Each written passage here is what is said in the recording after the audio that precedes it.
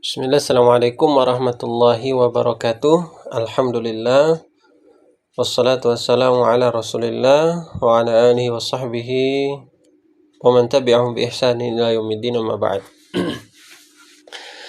Pada pertemuan sebelumnya kita sudah membahas tentang al-kalam. Ya. Al-kalam huwa al-lafzul murakkabu al-mufidu bil wad'i. Ya, al-lafzu al-murakkabu al-mufidu bil wad'i. Ya, itu sudah kita bahas pada pertemuan sebelumnya.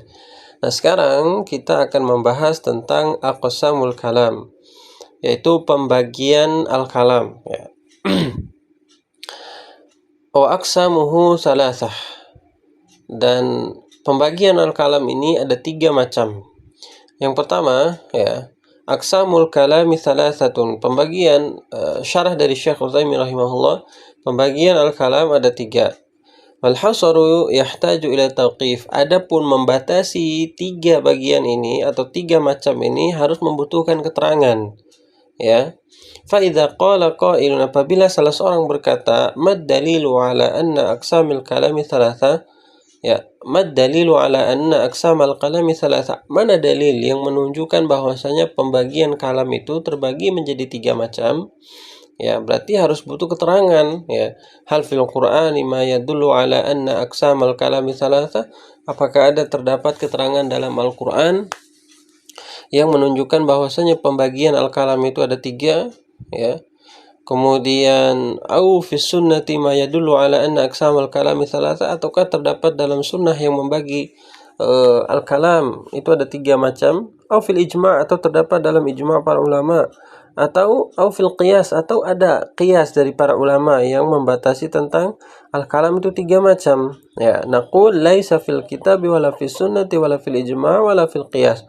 Tidak terdapat, maka kita mengatakan bahwasanya tidak terdapat dalam Al-Quran, dalam sunnah, dalam ijma', dalam qiyas, tidak terdapat keterangan tentang itu. Ya, tidak terdapat keterangan dalam Al-Quran, sunnah, ijma', qiyas tentang pembagian kalam itu ada 3 macam. Akan tetapi lianna hadhihi al-adillah innama yahtaju ilaiha fi itsbatil ahkami syariah.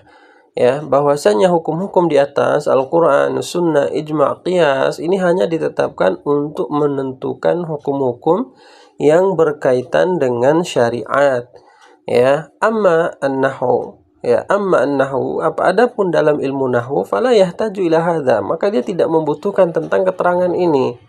Ya, lakinna lil ulama dalilun ala inhisari aqsamihi fi thalatha. Akan tetapi para ulama nahwu mereka memiliki dalil, mereka memiliki ketetapan yang bisa mereka jadikan rujukan sebagai pegangan untuk membagi kalam itu menjadi 3 macam.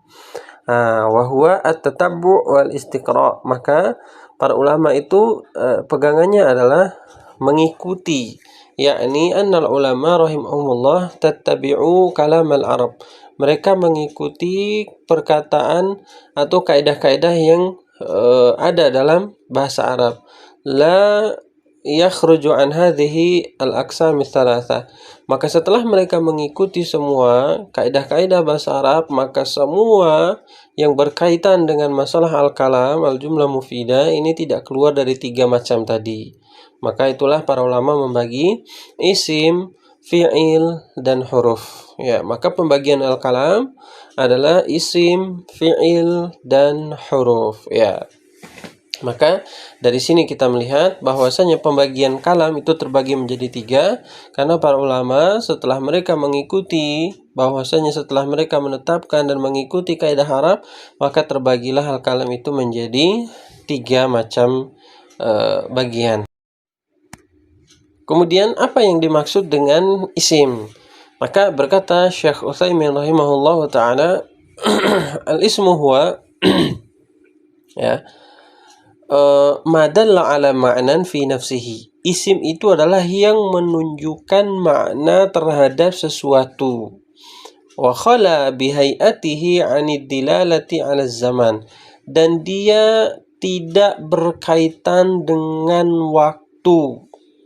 Nah, ini yang disebut dengan isim. Semua yang menunjukkan makna terhadap sesuatu dan dia tidak berkaitan dengan waktu, tidak berkaitan dengan waktu yang telah lalu, tidak berkaitan dengan waktu yang akan datang, tidak berkaitan dengan waktu yang sekarang, dan lain sebagainya. Semua yang berkaitan dengan waktu, maka dia disebut, yang tidak berkaitan dengan waktu, maka dia disebut dengan isim.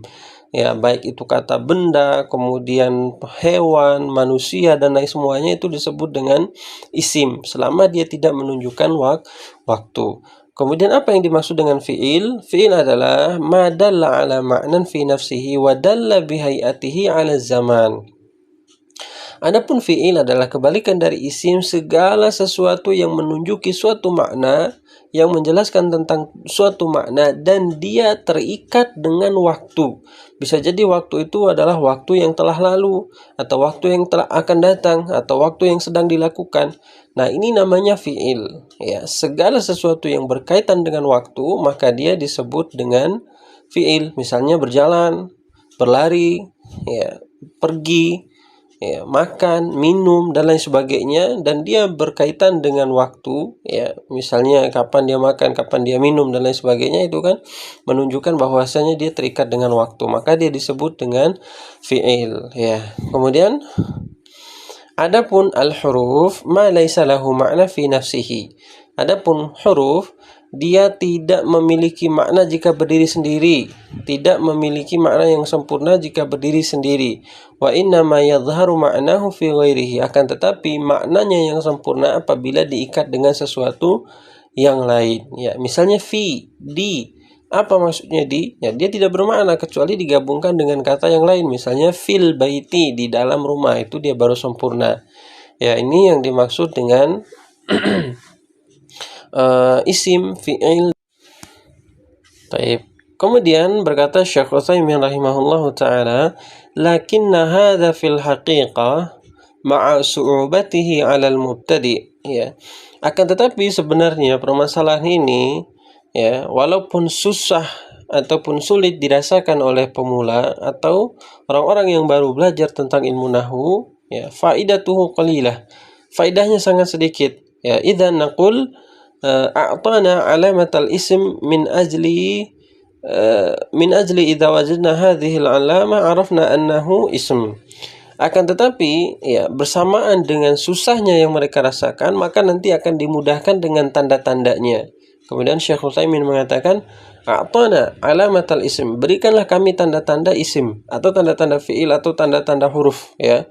Berikanlah kami tanda isim untuk mengenal daripada tanda-tanda isim itu, sehingga ketika kami melihat suatu kata atau suatu kalimat, maka ketika kami melihat kalimat itu dengan tanda-tandanya, maka kami akan mengenalnya. Ya, dan insya Allah pada pertemuan berikutnya kita akan membahas tentang alamatul ism.